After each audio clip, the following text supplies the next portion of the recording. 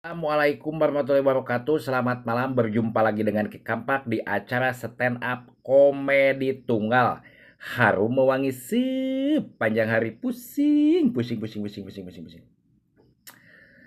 Ki Kampak rek mere judul Zaman ayeuna loba jelema anu sangsara.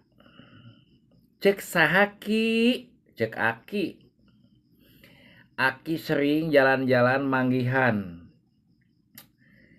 Teu saeutik padahal negara Indonesia teh geus merdekanya geus 80 tahun kudu nama berkembang pesat. Mudah-mudahan lah bisa berkembang pesatnya. Nyaeta kudu musnahkeun heula panyakit anu korupsi tah. Bui mun bisa mah dihukum mati. Lamun bisa. Loba keneh rakyat anu sangsara. Ki Kampak jalan-jalan seringnya keliling ke kampung kemana-mananya. Amprok jeung bapak-bapak mamawa roda. Ampun menikot karunya si bapak ini. Pak berat. Berat jang. Ieu teh nyandak naon, Pak? Ieu we sagala dicanak sampah cenah saya sadahar batur di bawaan. Ampun ieu. Menikot angkaribung ceki Kampak teh kosupasuung gitu toh.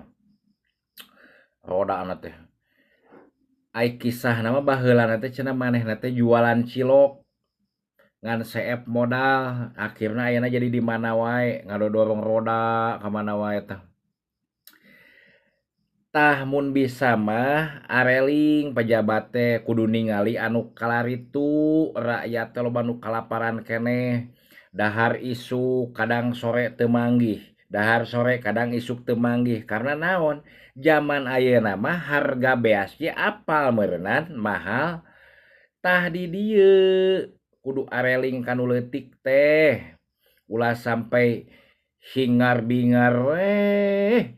Gemerlap ka ditu ka dieu. Kudu inget ka rakyat laleutik bener teu?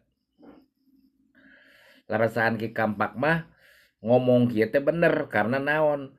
Bukti di lapangan loba keneh rakyat nu sangsara.